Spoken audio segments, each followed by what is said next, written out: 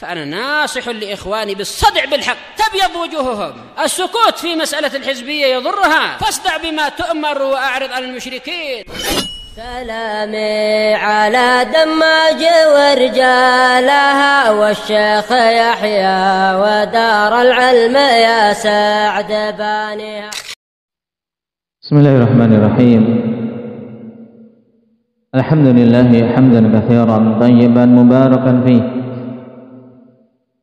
كما يحب ربنا ويرضاه. أشهد أن لا إله إلا الله وحده لا شريك له، وأشهد أن محمدا عبده ورسوله صلى الله عليه وعلى آله وأصحابه ومن تبعهم بإحسان إلى يوم الدين. أما بعد. Ikhwanil kiram rahimani wa rahimakumullah. Pada pertemuan yang lalu kita membahas satu hadis berkaitan dengan hal penting dalam salat berjamaah, yaitu apa, Raihan? Iktimam, yaitu masalah mengikuti imam. Dalil pokok dalam masalah ini apa? Indah masih Raihan.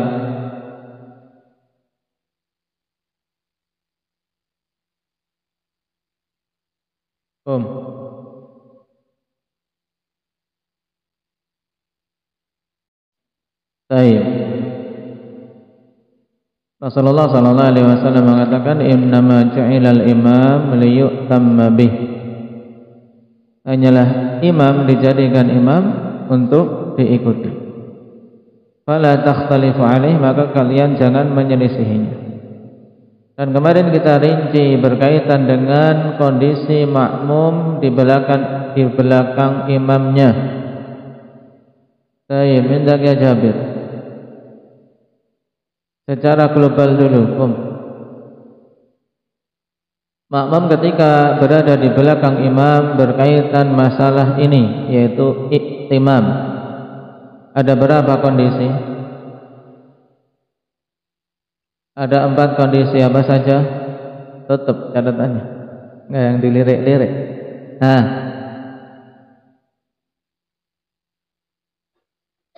Pertama, mutaba'ah. Kedua, muwafaqah. Ketiga, as-sabaqu. Keempat,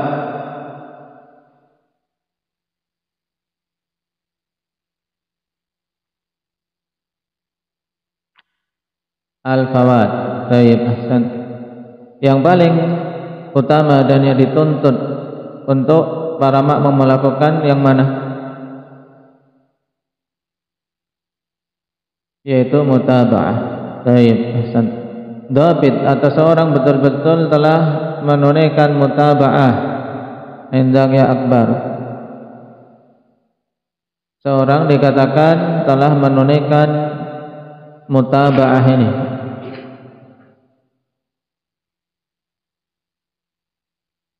Maksudnya mengikuti itu gimana? Lah ya, mengikuti gerakan imam itu bagaimana? Maksudnya mutaba'ahnya itu bagaimana untuk kita bisa mengamalkan aku ini mutaba'ah, bukan sekedar niru-niru tok, bukan sekedar gerakan-gerakan yang dilakukan mungkin jaraknya antara dia dengan imam jauh. Nah, mutaba'ah ini bentuknya gimana?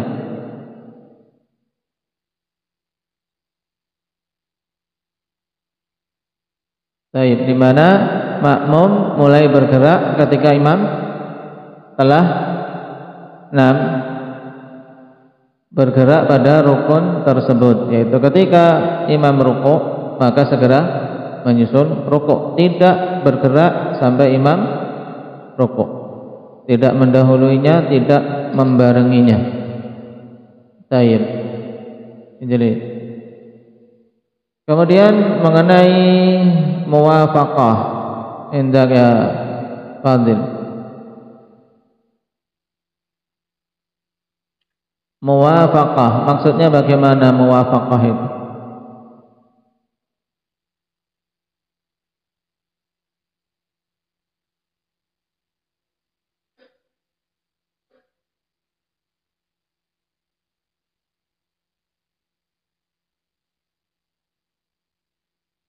Baik, yaitu gerakan makmum berbarengan dengan gerakan imam.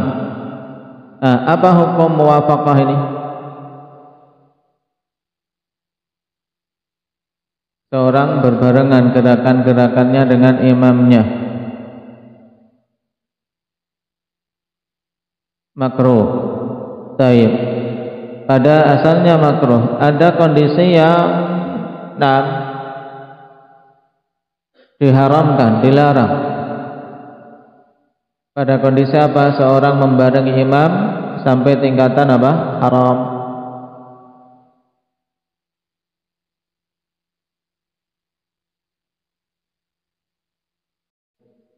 Nah, pada takbiratul ihram dan pada salam. Padahal pada bacaan asalnya ini tidak mengapa seorang berbarengan. Karena dalam masalah tadi yang dimakruhkan membarengi imam kalau berupa gerakan-gerakan zahir. Adapun bacaan boleh mendahului imam, boleh berbarengan dengan imam atau setelah imamnya, kecuali pada dua tadi, yaitu takbiratul ihram dan salam. Kemudian kondisi ketiga, Indak Ahmad, apa kondisi ketiga?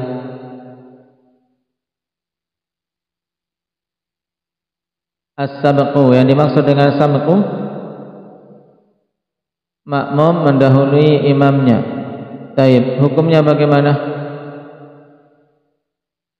Taib, hukum asalnya haram. Jika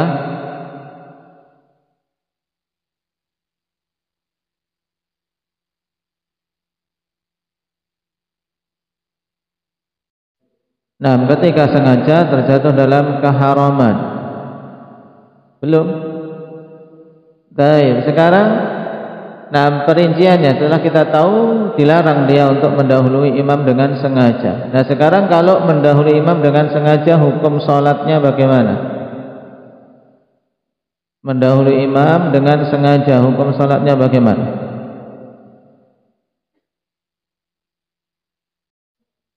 Nah, ada tiga keadaan ketika seorang mendahului imam, yaitu mendahului dua rukun atau lebih, maka jelas tidak ada khilaf tentang batalnya. Yang kedua, mendahului imam satu rukun penuh. Nah, maka yang rajih batal salatnya.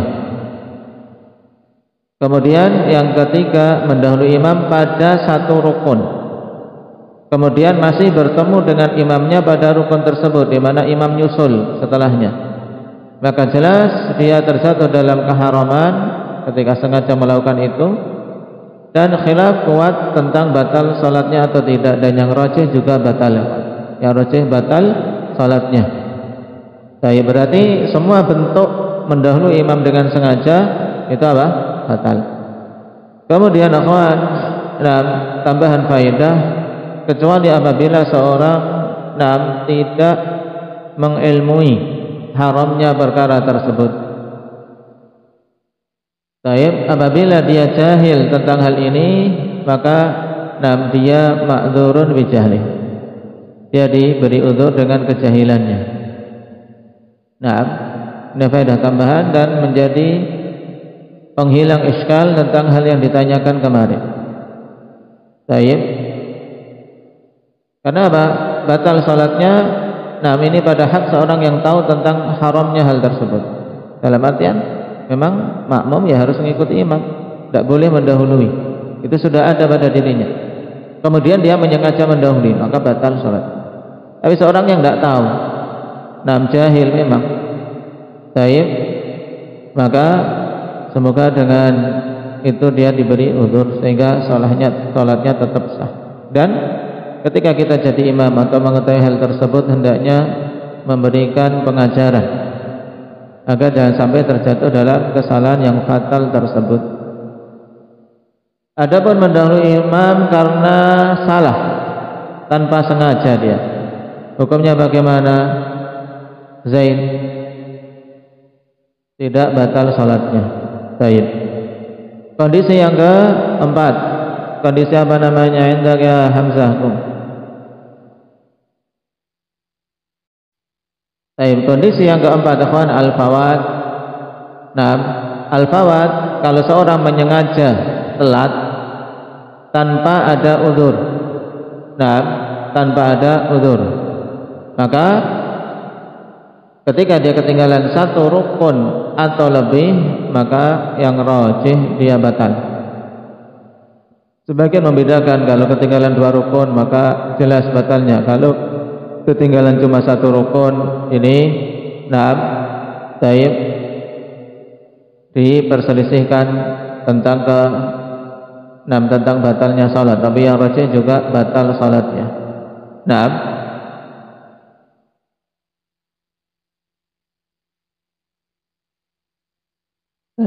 jelas.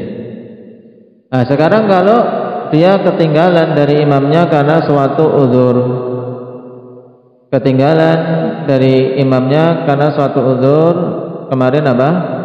Kita memerinci menjadi berapa perincian? Hendak ya syukran.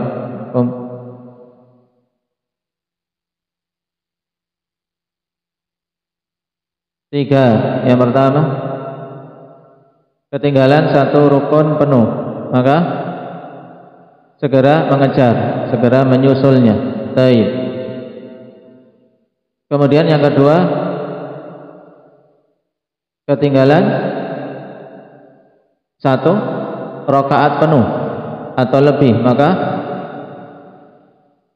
dia mengikuti imam pada gerakan yang dia dapati saat itu. Sedangkan rakaat yang ketinggalan hukumnya seperti seorang yang apa? Masbuk. Rakaat yang ketinggalan penuh tadi dia nanti dia tambahkan. Baik. Kemudian yang ketiga, ketinggalan imam 2 rukun atau lebih tapi tidak sampai 1 rakaat, maka bagaimana kondisi seperti ini?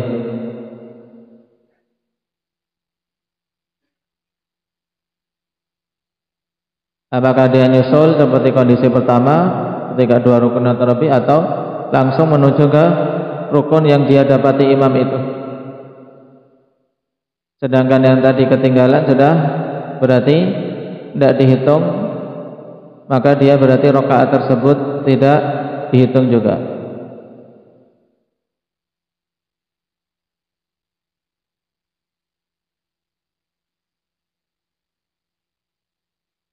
Mengejar, hendak Bapak. Nah, langsung menuju ke rukun yang imam berada di atasnya, sehingga rakaat tersebut tidak dihitung, ya. Itu lebih selamat. Nah, karena kalau mengejar dia akan ketinggalan terus tanpa apa? Tanpa bisa tumakninah juga, ya kan? Sekarang ngejar, nah merukuk sujud imam sudah berdiri. Nah, ngejar lagi imam sudah kejar-kejaran. Ini salat apa jadinya nanti?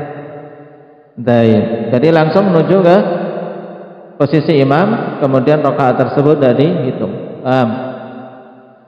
Nah, sekarang kita masuk pada hadis berikutnya. Qala al-mu'allif wafaqahu Allah ta'ala, babu wujubi taswiyatis sufufi wa iqamatiha. Bab tentang wajibnya meluruskan shaf. Taib. Sama kawan, yang diinginkan adalah lurus, nah rapat. Nah,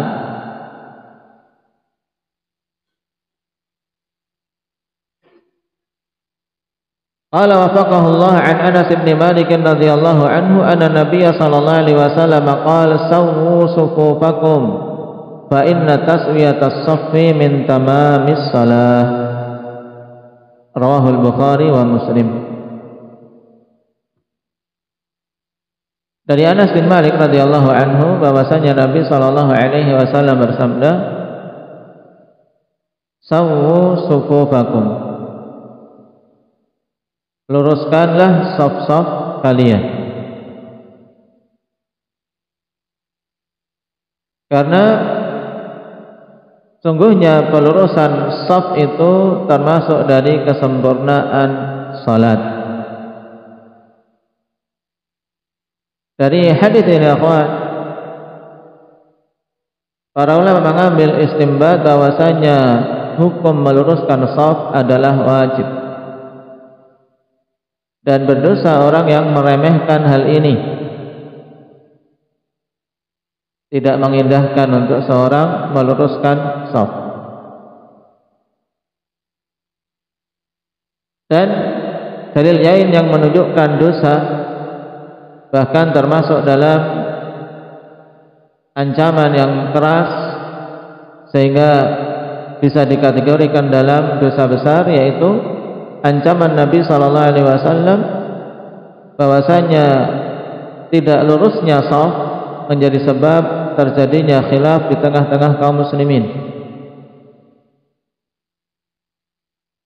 Nabi mengatakan, la tusawwunna sufufakum aw la yukhalifannallahu baina wujuhikum. Kalian betul-betul luruskan shaf, atau kalau tidak Allah Subhanahu wa taala akan jadikan kalian berselisih. Dalam hadits yang lain, istawu wa la takhtalifu fatakhtalifa qulubukum. Luruskanlah shaf kalian, jangan berselisih sehingga hati-hati kalian berselisih. Ini menunjukkan bahwasanya dosa seseorang yang tidak meluruskan shaf.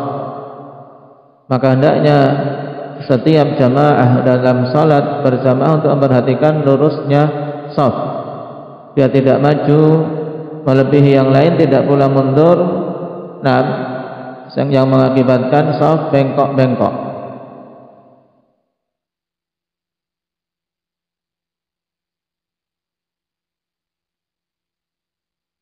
Sehingga dikarenakan pelurusan shaf perkara yang diperintahkan, maka disunnahkan bagi para imam untuk mendorong jamaah meluruskan masing-masing shafnya. Sebagaimana contoh dari Nabi sallallahu alaihi wasallam ketika beliau hendak mengimami, beliau meluruskan shaf para jamaah, menunggu sampai lurus. Baik. Dan disunahkan untuk mengucapkan kalimat-kalimat yang Rasulullah sallallahu alaihi wasallam ucapkan, atau dengan kalimat yang lain yang dipahami maknanya.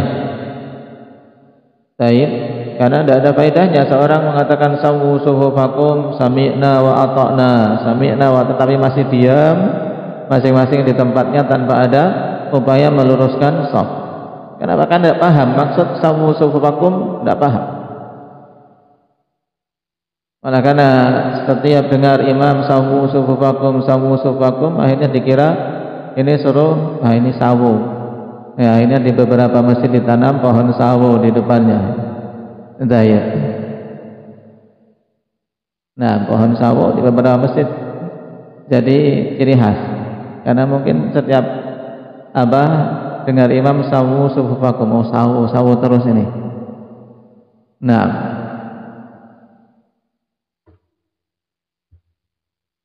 dan kaifiyah dalam perurusan shaf, Rasulullah sallallahu alaihi wasallam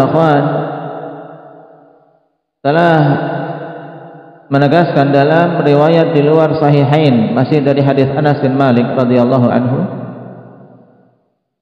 dengan sanad yang sahih, Nabi mengatakan russu sufufakum wa qaribu bainaha wa hadu bil a'naq.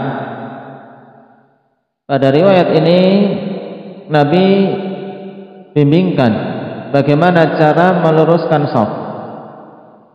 Baik, luruskan shaf-shaf kalian, wa qaribu bainaha, dan perdekatlah antara shaf satu dengan shaf berikutnya.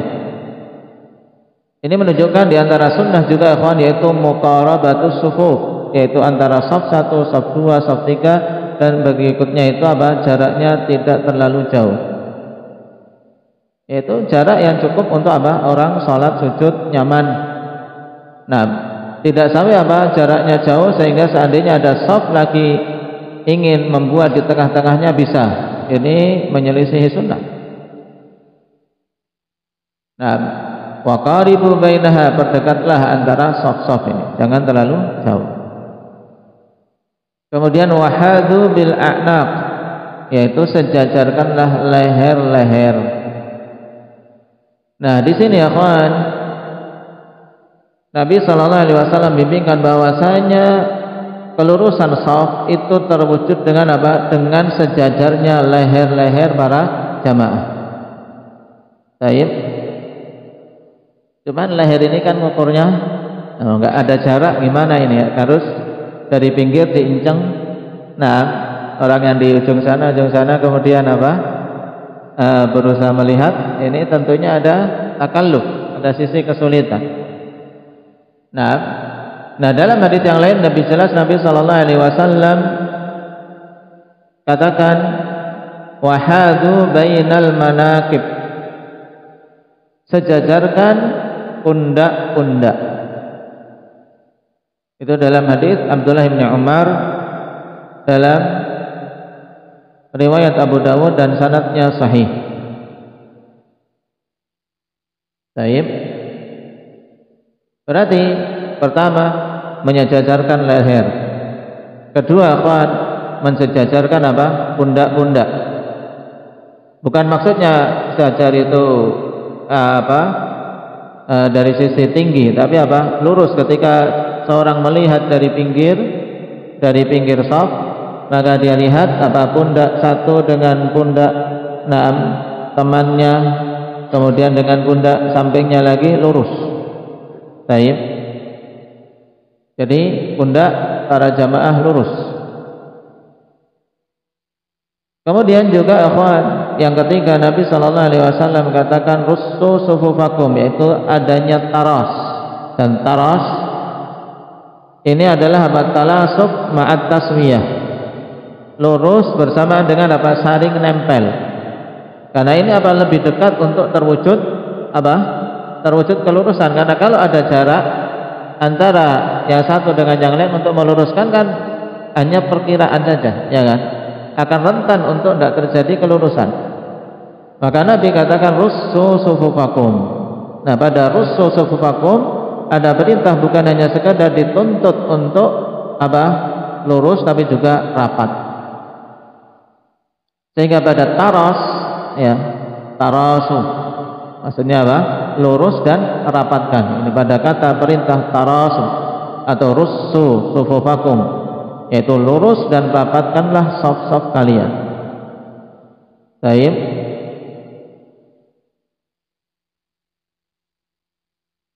Ini makna taras, yaitu talasuk ma'at taswiyah, dan inilah yang dipahami oleh para sahabat. Nah, dalam riwayat Anas bin Malik yang dikeluarkan oleh Imam Bukhari, fakana ahaduna yulziku mankibahu bimangkibi sahibi wa qadamahu biqadami. Adalah dulu salah seorang di antara kami, dia menempelkan pundaknya dengan pundak temannya, kemudian kaki dia dengan kaki temannya. Dan asal yang seperti ini pemahaman ya kawan, menunjukkan adalah inilah amalan sahabat, bukan maksudnya ini cuma satu orang saja. Karena sebagian memahami, yaitu yang apa? Yang tidak mau diajak untuk meluruskan dan merapatkan. Baik, berusaha mencari dalil untuk apa? Bisa melegalkan apa yang dilakukan oleh banyak orang dalam salat-salat berjamaah mereka. Masing-masing salat di sejadahnya sehingga ada jarak satu sama lain. Alasannya apa? Dulu yang nempelkan bahu dengan bahu, kaki dengan kaki cuma satu tok. Lah gimana mau nempel kalau cuma satu, ya kan? Dan konteks Abdullah bin Umar menceritakan ini untuk apa? Menunjukkan inilah pemahaman yang benar, yaitu apa? Menunjukkan himmah, menunjukkan semangat mereka dalam apa? Dalam taras, yaitu menempelkan pundak dengan pundak dan apa? Kaki dengan kaki.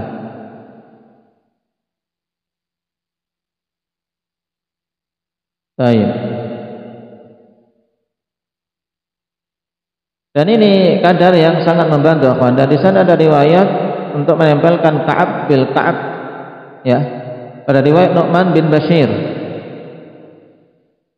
Pada riwayat Nu'man bin Bashir dalam Sunan Abi Dawud, sanadnya hasan.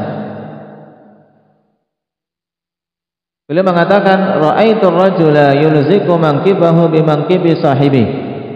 Aku melihat seorang laki-laki menempelkan pundaknya dengan pundak temannya.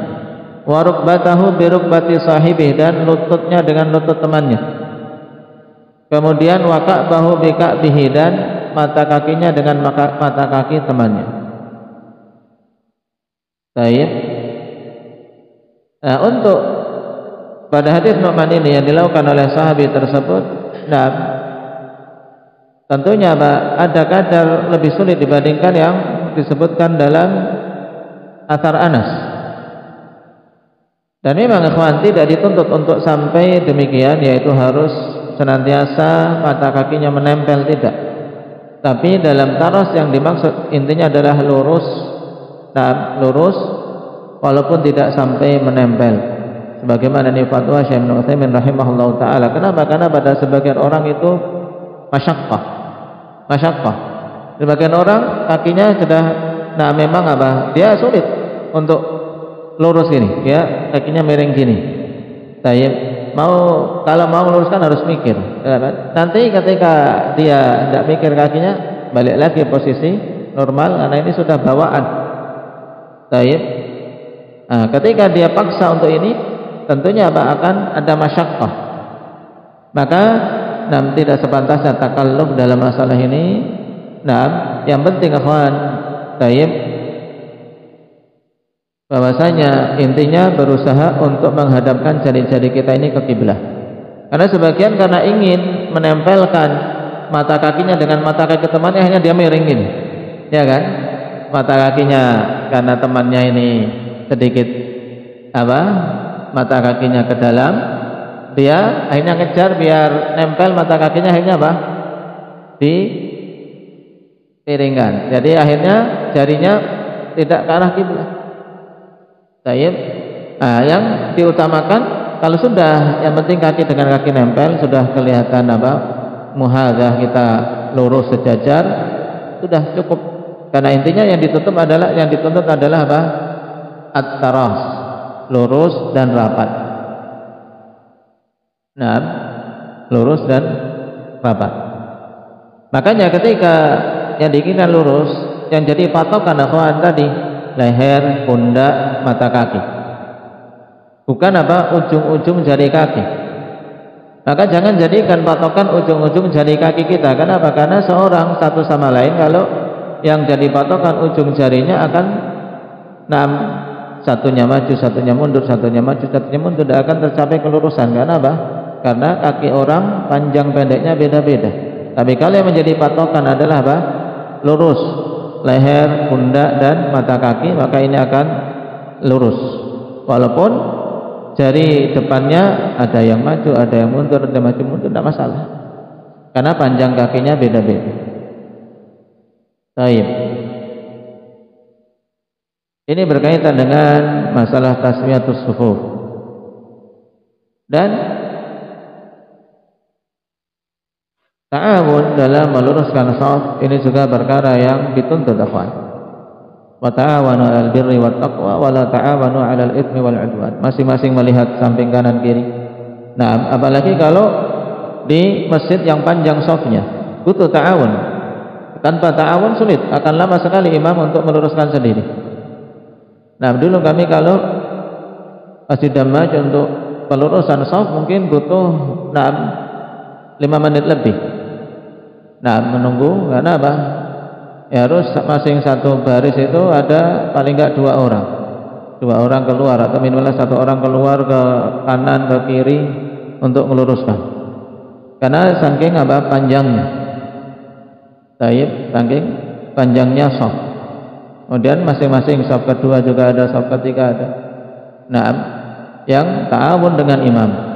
Kalau tidak ada itu sulit sekali untuk tercapai kelurusan shaf yang dituntut dalam sunnah.